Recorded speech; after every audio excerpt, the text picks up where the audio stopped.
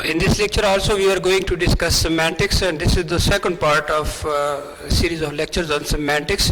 So whereas the definition of semantics is concerned, that was that how we can draw meaning, means that the study of meanings is called semantics.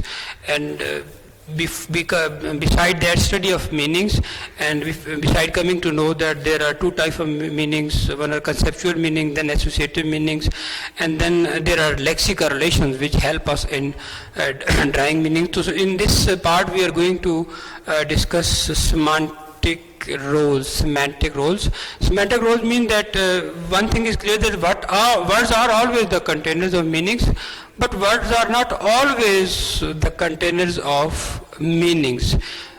Rather, they perform different roles in different situations. When words perform different roles in different situations, these roles are called semantic roles.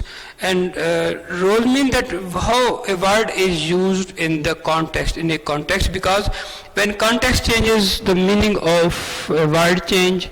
When situation changes, when time and place change, words are going to be changed, and according to the situation, words are also changed, their use is changed. When use is changed, it means that meanings are also going to be changed. So here the discussion is about semantic roles. So roles mean that the roles played by words is called in different situations, that they are called semantic roles, and these have following forms. Here the very first one is agent and the second one is theme, and there is a word that is called entity. Entity is a word which is used for anything that is existing. For example, a person who is doing something, it means that he is an entity. The thing he is doing, suppose he is writing a book, the book is an entity. He is writing a letter, that letter is an entity. So this word entity is used for agent, and this is also used for theme. So agent, whereas agent and theme is concerned, let us have a look at this example. The boy hits the ball. The boy hits the ball. Now in this example, the doer of the action is boy. Any person who is doing an action means subject who is going to do, or who is involved in doing an action, and subject can change. Here the example is used of a boy. It can be a man, it can be a thing, it can be any person under the sun who is playing the role of a subject. So the doer of any action under the sun is called an agent. And whereas action is concerned, action is also called verb. Action means that doing of any action, practically any act which is performed, that is called an action. So the boy hits the ball. Now here the boy is an agent, and boy is also an entity, so he is playing the role of an agent. And then whereas theme is concerned, means that the boy hits the ball. Now this ball is theme. Ball is an entity and ball is a theme. And she is writing a letter. Now here she is playing the role of an agent, and letter, that is a thing that can be called a theme. The novelist is writing a novel. Now novel is a theme and the novelist is an agent, because he is doer of an action. Then after this agent and theme, the next thing important is one is instrument, and then there is experiencer. Now whereas instrument is concerned, instrument means that when you are doing something, you are using an instrument. Suppose a writer is going to write a novel. Now what is he going to use? He will use a pen. Now that very pen which he is using, that is an instrument. And when if he is using any other thing, suppose there is a person who is using a knife to cut something, then he is using a knife to cut something. Now that knife is an instrument. Mean that if the thing which you are, suppose a person is eating something with the help of a spoon. Now spoon is an instrument, and there is a person who is cutting something and cutting with any saw. Now saw stands for instrument, and this is an example. The boy cuts the rope with a knife. Now whereas this knife is concerned, it means that knife stands for instrument, and whereas this example is concerned, did you write with this pen, it means that this pen is also an instrument, means that when you are doing any work, the thing which you are using, that is called an instrument, that is playing the role of an instrument, and that is also an entity. Knife is an entity, pen is an entity. And whereas the experiencer is concerned, who is experiencer? Experiencer is also actually the same agent. Agent is also called experiencer. Agent is the doer of the work in the same manner that experiencer is also the doer of the work. Because here the boy cuts the rope, it means that the boy is an experiencer. Did you write with this pen? It means that you is an experiencer. The poet is writing a poem, mean the poet, that poet is an experiencer. Any person in this universe who is doing any work, he is agent, and at the same time he is an experiencer. And the work he is doing, that is called a theme. For example, here that person is cutting the rope. No, this is a theme, that rope is going to be cut. So whereas these two things are concerned, instrument and experiencer. Experiencer means the person who is doing something, and instrument means the thing which he is using.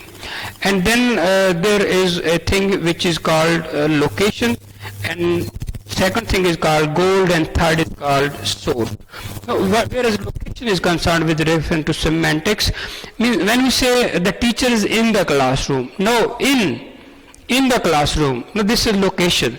The cat is sitting under the table, this is location. The book is in the bag, no, in the bag, no, this is location. He is in the hospital, no, in the hospital is location. A thing, a person, or where that is placed, that place is called, we use the location. If we say that my pen is in my pocket, no, that pocket means that in the pocket means that is the location, because each and everything in this universe is located at some place or the other, so that's called location. The book is on the table and the cat is under the chair. No, whereas on the table, no, this is location. Then under the chair, this is also location.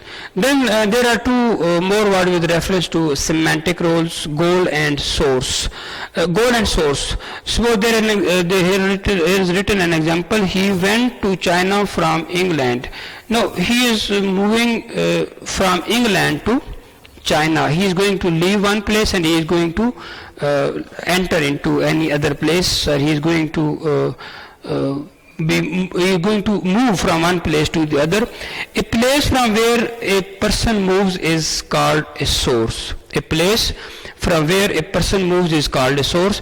When a person goes out of his house in order to do some job outside, in order to earn money, the place, his house, because he is going to leave his house for any job, so that is called a source. And when a teacher is going to leave the staff room and is going to enter into the classroom, the staff room is a source. That is called a source because he is going out of that. That any person, when he moves from one place to the other, the place from where he is moving, that is called a source. And in this example, he went to China from England. So this is called source and goal. A place from where a person moves is source, and the place to which he moves is called goal. When a teacher is coming out of the staff room and is going to the classroom, that classroom is a goal. When a person is going out of the house and going to his shop or going to at his working place, that working place is called goal, and the house from where he is going out, that is called a source. So this is all about semantics, and this was the second part of semantics. And here we have discussed semantic roles. Semantic roles mean that because semantic is related with words, how meanings of words are drawn, and whereas this concept of meanings is concerned, that if we asked it philosophically, that what are the meanings, how we can draw meaning. So the most important thing with reference to meanings is that each and everything in this universe talks. It means not that there are things which are which we are seeing. They are not animate. They are inanimate, and they are not using words. But actually, do they say something? When they are going to suppose this is a whiteboard. So where are the meanings of this whiteboard? The meanings of whiteboards are that whiteboard is always requesting you, always demanding you, always demands from you that please write something over me. Now there is this marker. So where are the meanings of this marker? Whereas meanings of this markers are concerned, it means that this marker demand that it must be it must be used to write something. And whereas this room is concerned, so room demands that some person must sit in, some must live in. This is the meaning of this room. And then if there are flowers outside, so flowers are also demanding people to look at them, to enjoy their fragrance, their colors. So that's their use of that is the meaning of that. And if we move toward books, whereas books are concerned, there are novels, short stories, poems, and there are text, different types of text. Each and everything talks to us. What is that talking? That talking means that thing demands that the purpose for which I am made, please use me for that purpose. Actually, this process is called meaning, because each and everything conveys something, meanings, some meanings, and those meanings are that must be used practically, and this is the thing which is called semantics.